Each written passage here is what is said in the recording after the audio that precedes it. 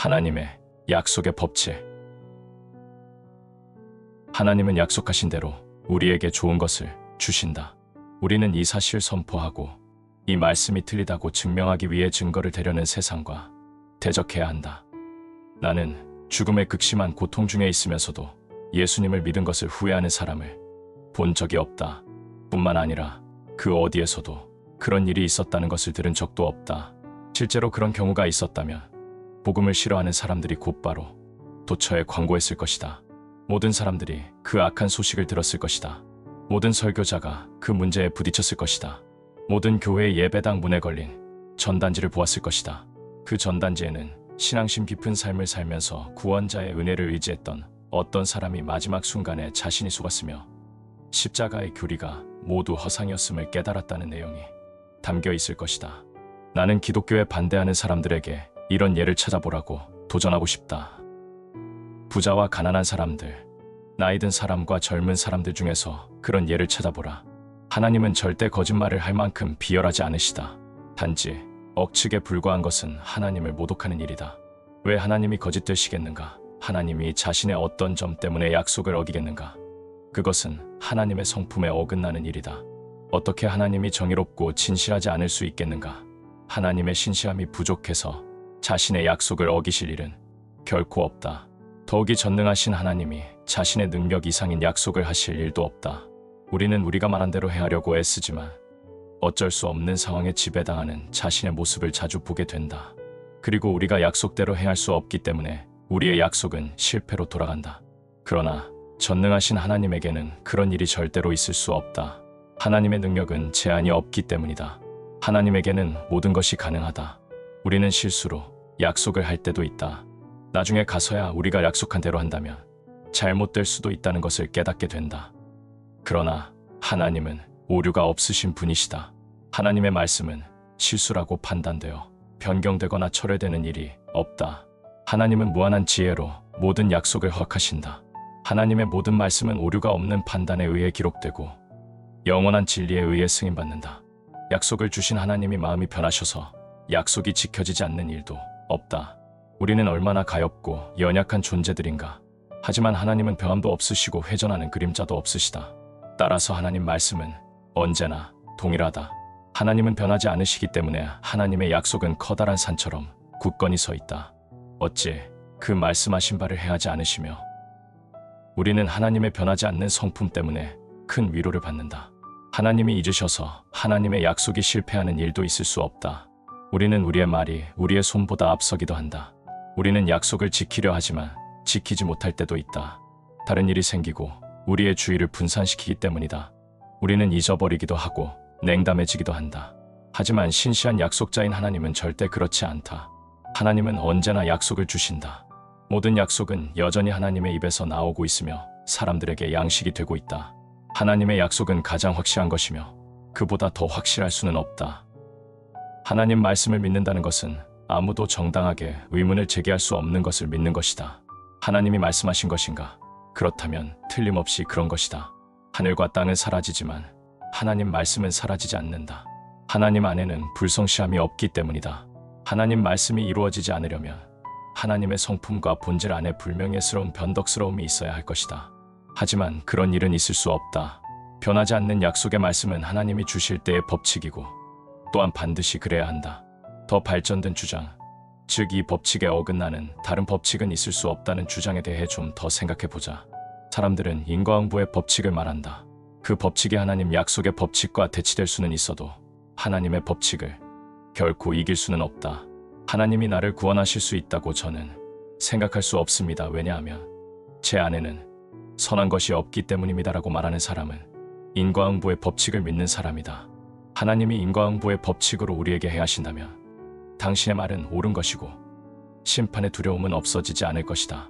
그러나 하나님의 아들 예수님을 믿는다면 그 법칙은 우리에게 적용되지 않게 된다. 우리의 좋으신 하나님은 인과응보의 법칙이 아닌 그분이 정하신 약속의 법칙에 따라 행하실 것이기 때문이다. 약속은 우리의 공로 위에 세워지지 않았다. 그 약속은 은혜로 이루어졌으며 은혜로 유지될 것이다. 만약 벌을 받을 만한 죄의 문제가 어떻게 해결될 수 있는지를 묻는다면 우리를 죄에서 구원하기 위해 오신 예수님을 생각해 보면 된다. 주 예수님의 십자가의 공로가 우리의 삶 속으로 들어게 되므로 우리의 모든 죄가 단번에 청산되었기 때문이다. 인과응보의 법칙은 결코 이 약속의 법칙을 깨트릴 수도 넘어설 수도 없다. 공로의 법칙에 의존하는 사람도 있다. 그 법칙을 따른다 해도 우리 모두는 분명히 멸망을 선고받게 될 것이다. 그러나 믿는 사람은 율법 아래에 있지 않고 은혜 아래에 있다. 은혜 아래에서는 위대하신 주님이 약속대로 순전한 은혜로 우리를 대우하신다. 스스로 의로워지지 않도록 하라. 그렇지 않으면 정의가 당신을 정죄할 것이다. 나는 은혜 베풀 자에게 은혜를 베풀고라고 말씀하시는 하나님이 주권적인 특권으로 주시는 은혜의 선물인 구원을 기꺼이 받아들이라. 예수 그리스도 안에 드러난 하나님의 은혜를 겸손하게 신뢰하라. 그러면 약속이 당신에게 풍성히 이루어질 것이다. 하나님은 인간의 도덕적 능력의 정도에 따라 사람을 대하지 않으신다. 어떤 구도자는 이렇게 말한다. 내가 더 나은 사람이 된다면, 좀 더 종교적인 사람이 된다면, 더 큰 믿음을 발휘한다면 내가 구원받을 수 있을지 모른다고 생각합니다. 그런데 저는 능력이 없습니다. 저는 믿을 수가 없습니다. 저는 회개할 수가 없습니다. 저는 올바른 일을 전혀 행할 수가 없습니다. 은혜로우신 하나님은 하나님을 섬기는 우리 능력의 정도에 따라 축복을 약속하신 것이 아님을 기억하라. 하나님은 말씀에 선포된 대로 하나님 은혜의 부요함에 따라 우리에게 복 주신다고 약속하셨다. 만일 하나님의 선물이 우리의 영적 능력에 따라 주어진다면 우리는 아무것도 받지 못할 것이다. 우리는 하나님 없이는 아무것도 할 수 없기 때문이다. 하지만 약속은 하나님의 무한하신 은혜에 따라 이루어지기 때문에 의심할 여지가 없다. 불신앙 때문에 약속 앞에서 머뭇거려서는 안 된다.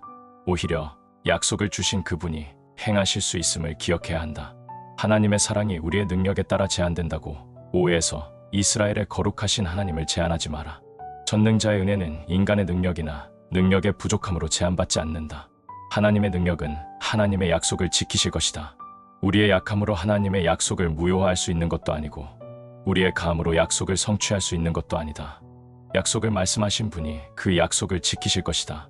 하나님이 약속을 이루시는 것은 당신이나 내가 상관할 일이 아니다.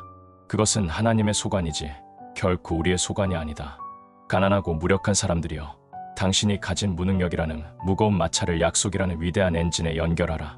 그러면 의무와 축복의 선로를 따라 인도받을 것이다. 살아있기보다는 죽은 것 같을지라도, 강한 것보다는 약한 것 같을지라도 그것은 하나님 약속의 확실성에 영향을 주지 않는다. 약속의 능력은 약속을 주신 분 안에 있다. 그러므로 자기 자신에게서 눈을 돌려 하나님을 바라보라. 우리가 할 수 있는 일, 혹은 할 수 없는 일은 문제가 되지 않는다. 모든 것은 하나님이 하실 수 있는 일에 달려있다. 하나님이 일하시는 법칙은 하나님이 약속하신 대로가 될 것이다. 하나님의 은혜를 경험하는 것은 우리가 지금 느끼는 대로가 아닌 하나님이 약속하신 대로이다. 다른 사람을 위로하기 위해 이렇게 쓰고 있지만 성격적으로 나는 감정의 기복이 매우 심한 사람임을 고백해야겠다. 하지만 어떻게든 그 감정들을 그리 중요한 것으로 여기지 않는 방법을 배웠다. 무엇보다도 내 마음의 상태에 따라 약속의 진실성을 판단하지 않는다. 오늘은 너무 기뻐서 미리암의 탬버린에 맞추어 춤을 출 수도 있다. 하지만 내일 아침에 일어나면 예레미야의 탄시 소리에 맞춰 한숨을 내쉴 수도 있을 것이다. 나의 구원이 이러한 감정에 따라 바뀌는가? 그렇다면 그 구원의 기초는 매우 변덕스러운 것임에 틀림없다. 감정은 바람보다도 변덕스럽고 거품보다도 실체가 없는 것이다. 이런 것으로 하나님의 신실하심을 판단하겠는가? 절대 그렇지 않다. 기압계의 상태에 따라 우리의 기분은 올라갈 수도 있고 내려갈 수도 있다. 그렇게 변하기 쉬운 감정을 믿을 수 있겠는가? 마치 성전을 파도 위에 짓는 것처럼 하나님은 그 영원하신 사랑을 우리의 감정에 맡기지 않으신다. 우리는 상상이 아닌 사실에 근거하여 구원받는다. 영원한 진리에 의해 구원받았는지 구원받지 않았는지가 증명된다. 그리고 이러한 은혜는 우리의 유쾌한 기분이나 절망에 영향을 받지 않는다. 당신의 감정을 하나님의 신실하심을 시험하기 위한 방편으로 삼지 마라. 그런 행동은 어리석음과 악함이 뒤섞인 것이다. 하나님이 말씀하셨다면 우리가 의기양양하든 낙담에 있든지에 상관없이 그대로 행하실 것이다. 우리의 하나님은 기적의 하나님이시다. 우리에게 있을 것 같지 않은 일, 불가능한 일이 하나님에게는 일상이다. 하나님은 혹이 있는 낙타를 바늘귀로 통과하게 하실 수 있다. 하나님은 없는 것을 있는 것처럼 부르신다. 당신이 구원받았다는 사실에 웃음이 나는가? 그 웃음이 사례의 불신앙의 웃음이 되지 않고 아브라함이 기쁨으로 기대했던 웃음이 되게 하라. 예수님을 믿으라. 그러면 내적으로나 외적으로나 항상 웃게 될 것이다. 의심 때문이 아니라 그 반대의 이유로 웃게 될 것이다. 하나님 은혜의 약속을 믿으라. 믿을 때 우리는 항상 기적이 일어나는 새로운 세상에서 살게 될 것이다. 이상 하나님은 약속하신 말씀은 반드시 이루어 주신다는 진리를 강조한 찰스 스펄전 목사님의 묵상이었습니다. 구독해 주시고 주변 분들에게도 구원에 값진 진리의 말씀을 함께 나눠 주시기를 부탁드립니다. 주 안에서 승리의 삶을 이어가시기를 기도합니다.